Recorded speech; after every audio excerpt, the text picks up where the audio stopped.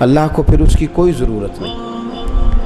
اسلامی عبادات میں اسلام کی بنیادوں میں 5 باتیں ہیں۔ پہلے کلمہ اسلام ہے، پھر نماز، روزہ، حج اور زکوٰۃ۔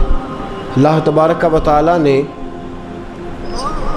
حج اور زکوٰۃ ہر ایک پر فرض نہیں فرمائی، بلکہ صاحب استطاعت پر فرض فرمائی۔ اب ہمارا چونکہ معاملہ بڑا منفرد ہوتا چلا جا رہا ہے، کچھ لوگ تو دلچسپی کا اظہار نہیں کرتے، اس لیے کہ لینے کی طرف توجہ زیادہ ہے اور دینے کی طرف توجہ تھوڑی ہے۔ جس آدمی کے پاس 7 لاکھ روپیہ بینک بیلنس ہے اس پر حج فرض ہے۔ کوئی کسی جگہ بھی یہ گنجائش نہیں کہ وہ کہے بچے کی شادی کرنی ہے، فلاں جس کے پاس مکان اپنا ہے، ضرورت کی چیزیں ہیں اور 7 لاکھ روپیہ اس کے پاس بینک بیلنس ہے، اس پر حج فرض ہے۔ اس لیے کہ قرآن نے کہا من استطاع الیہ سبیلا، جو اس رستے کی طاقت رکھتا ہو۔ مطلب یہ کہ 2 چیزیں مفسرین نے بیان فرمایا آنے جانے کا خرچہ بھی ہو اور پیچھے اتنے دن رہنا ہے اتنے پیسے دے کے جانے کی توفیق بھی، آنے جانے کے پیسے بھی ہوں اور جتنے دن وہاں رہنا ہے اتنے پیسے گھر میں بھی۔ تو بہت سارے لوگ نہیں جن پر حج فرض ہے، آندے منڈے دا بیاہ کر لاں، یہ کتے لکھے ہے میں بچیاں بیاہ کے فارغ ہو لاں۔ اس لیے کہ جو جہیز آپ نے اپنی مرضی سے فرض کر لیا وہ شریعت نے فرض کیا ہی نہیں، جو شریعت کا فرض تھا وہ تو لیٹ ہو گیا، اور جو ہم نے خود فرض کیا ہے، جہیز کس نے فرض کیا ہے؟ 500 بندے دی برات کی نے فرض کیتی ہے؟ بھئی 500 آدمی کی برات کس نے فرض کی؟ اور 2 لاکھ کی منگنی کس نے فرض کی؟ وہ خود کی ہے نا، وہ دی قضا کوئی نہیں، اور آج کہتے پھر کر لیں گے۔ اب یہاں جو حالات ہم نے برپا کر دی ہیں اس مسئلے میں بھی، امام اعظم ابو حنیفہ رحمۃ اللہ علیہ اگر کوئی ایسا آدمی جو مالدار ہوتا تھا اور بغیر حج کیے مر جاتا تھا، آپ اس کا جنازہ نہیں پڑھایا کرتے اور نہ شرکت فرماتے تھے۔ آپ فرماتے تھے صاحب استطاعت ہونے کے بعد اس نے باوجود اس نے حج نہیں کیا، اس کا جنازہ کیسے ہو گیا؟ کیوں؟ اس کی دلیل ترمذی شریف کی حدیث، ترمذی میں میرے رسول کریم صلی اللہ علیہ وسلم نے فرمایا جس پر حج فرض تھا پھر بھی گیا نہیں، یا یہودی ہو کے مرے گا یا عیسائی ہو کے مرے گا، مسلمان نہیں مرے گا۔ یہ ترمذی کی حدیث اور صحاح ستہ کی روایت۔ فرمایا ومن کفر، تو انکار کرتا ہے، تو جاتا نہیں، فإن اللہ غنی عن العالمین، تو یاد رکھ اللہ تو پہلے ہی 2 جہانوں سے بے نیاز ہے۔ یہاں پیسے بینک میں پڑے اگلے سال سے، اس سے اگلے سال سے، اس سے اگلے بچے کی شادی فلاں کچھ اور بھی ہیں، انہیں نیک کو مانگے تو پھر جانا ہے جی۔ ایک قسم چوک لو، ہاں روٹی ادھر کھانی جدھر نیک ہونا ہے۔ میں نے پہلے بھی کئی دفعہ یہ بات عرض کیا، کوئی اور والی قسم اٹھا لیں، کہیں میں نے اس دن دکان اس دن کھول لیا جس دن پورا نیک ہو گیا، حج پہ ہی قسم اٹھانی تھی، داڑھی پہ ہی قسم اٹھانی، مسجد کی حاضری کے لیے قسم اٹھانی، کہنے چنگی طرح نیک ہو مانگا پھر حج کرنا ہے۔ کسی کا دعویٰ ہے کہ میں حج کر آیا تو معصوم ہو گیا ہوں، اب گناہ نہیں ہوگا۔ نہیں، انسان ہے یہ بھول جاتا ہے، اللہ نے موقع رکھے ہیں معاف کرنے کے، لیکن بہت سارے لوگ ایسے ہیں جو حج فرض ہونے کے باوجود جاتے، اور کچھ ایسے ہیں جو ناجائز کمائی سے جاتے ہیں۔ میرے رسول کریم صلی اللہ علیہ وسلم نے فرمایا جو ناجائز پیسے لے کے جاتا ہے، حضور علیہ السلام فرماتے ہیں وہاں جا کے کہتا ہے لبیک، تو اللہ فرماتے ہیں لا لبیک، غیر حاضر ہے، جا پہلے حساب تو لگا کون سے پیسوں کا حج کیا ہے، یہ تو دیکھ خون تو نہیں نچوڑ کے آ گیا۔ مال حرام کا جو حج ہے وہ قابل قبول ہے، یاد رکھیں۔ تو دونوں طرف معاملہ گڑبڑ ہے۔ آج کے معاملات کے اندر بڑی پیچیدگی ہے۔ میں بہت سارے ایسے سیٹھوں رئیسوں کو جانتا ہوں، اور میں اپنی منت کے انداز میں عرض بھی کرتا رہتا ہوں کہ خدا را بس کرو، جاؤ، وہ جو پیسے سنبھال کے رکھے ہوئے نا، تم مر گئے نا تو 2-4 اپلیکیشنیں لکھ کے تمہارے بچے نام کرا لیں گے اپنے، اور بچے پہلا کام پتہ کیا کرتے ہیں؟ کل والے دن ڈیتھ سرٹیفکیٹ تیار کراتے ہیں، پہلے وہ جمع کراتے ہیں جا کے، اس لیے کہ جیسے ہی وہ جمع ہوگا فوری جو ہے وہ انتقال درج ہو جائے گا وراثت کا۔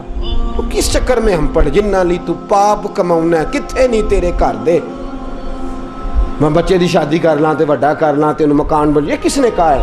حج کریں، اگر فرض ہو گیا تو فوراً کریں، فوراً۔ اعلیٰ حضرت رحمۃ اللہ علیہ فرماتے اگلے سال کا بھی انتظار نہ کر، فوراً کر، جلدی جا، اس لیے کہ فرض سے سبکدوش ہو جا۔ ایسا نہ ہو کہ تو اس کی وجہ سے پکڑا جائے. تو حج ایک نعمت ہے, ایک جدوجہد ہے, ایک کوشش ہے. جس شخص پر فرض ہو اس کے لیے ضروری ہے کہ وہ جائے. ہاں نفل کے لیے بھی جائے تو اللہ کی اس پہ رحمت ہے, اس پر کرم ہے, نفل حج بھی کرے تو منع نہیں. صحابہ میں ایسے لوگ بھی ہیں جنہوں نے 60 حج فرمائے. امام حسن اور حسین نے 25 حج فرمائے, کو منع نہیں.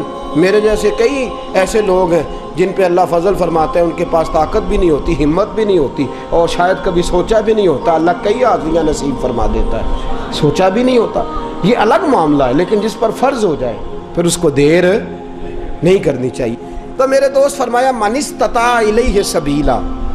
اب یہ لوگ کہتے ہیں جی امیروں کا حج غریب کدھر گئے, تو غریبوں کے بھی میں حج عرض کرنے لگا ہوں. اگر غریب کرنا چاہیں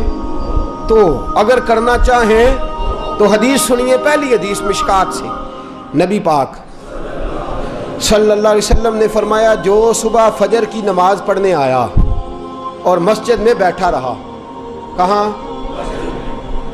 مسیح تو نماز پڑھ کے چاہ لی دکان تے بیٹھا, نالے پڑھی اخبار تے نالے ماریاں گپاں تے وہ ٹائم سوکھا لنگ گیا.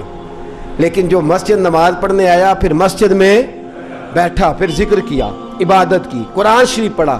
فرمایا جب سورج طلوع ہو گیا, چمکنے لگی اس کی کرنیں, فرمایا 2 رکعت نماز ادا کرے. الحاج للفقراء والمساکین. فرمایا یہ اللہ نے غریبوں مسکینوں کا حج بنا دیا ہے. یہ کیا ہے؟ کتنی رکعتیں؟ ٹائم کتنا لگا؟ 1 گھنٹہ یا 1.5 گھنٹہ؟ وہ بھی مشکل سے. اگر جماعت دیر سے ہو تو اتنا ٹائم بھی نہیں لگتا. 1.25 گھنٹے کے بعد ہی سورج نکل آتا ہے.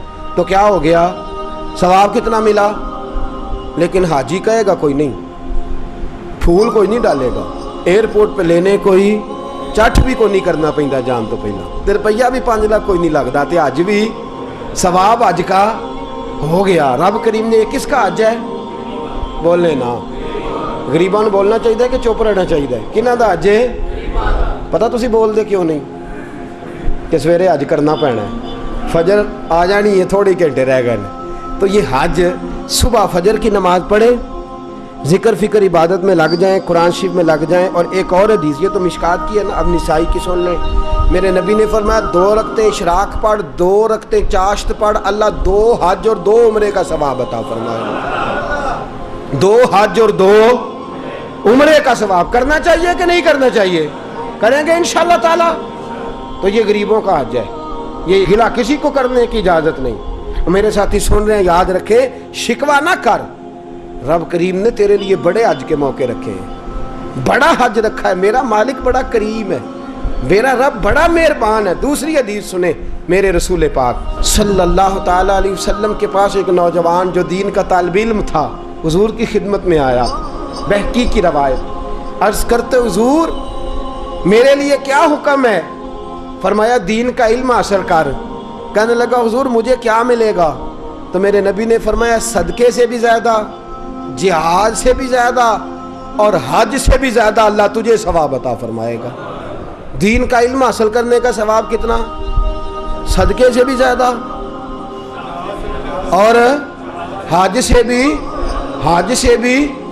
کس بات کا ثواب ملے گا؟ دین کا.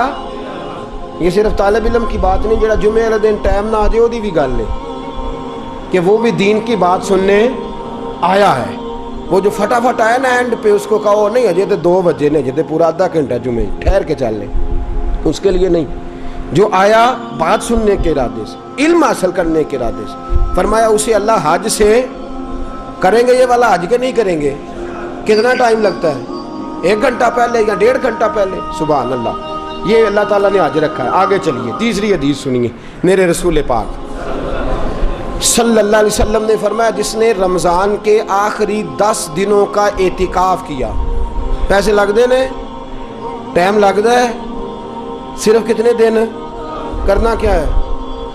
پکھا لا کے مسیتے بہ کے اللہ اللہ کرنی.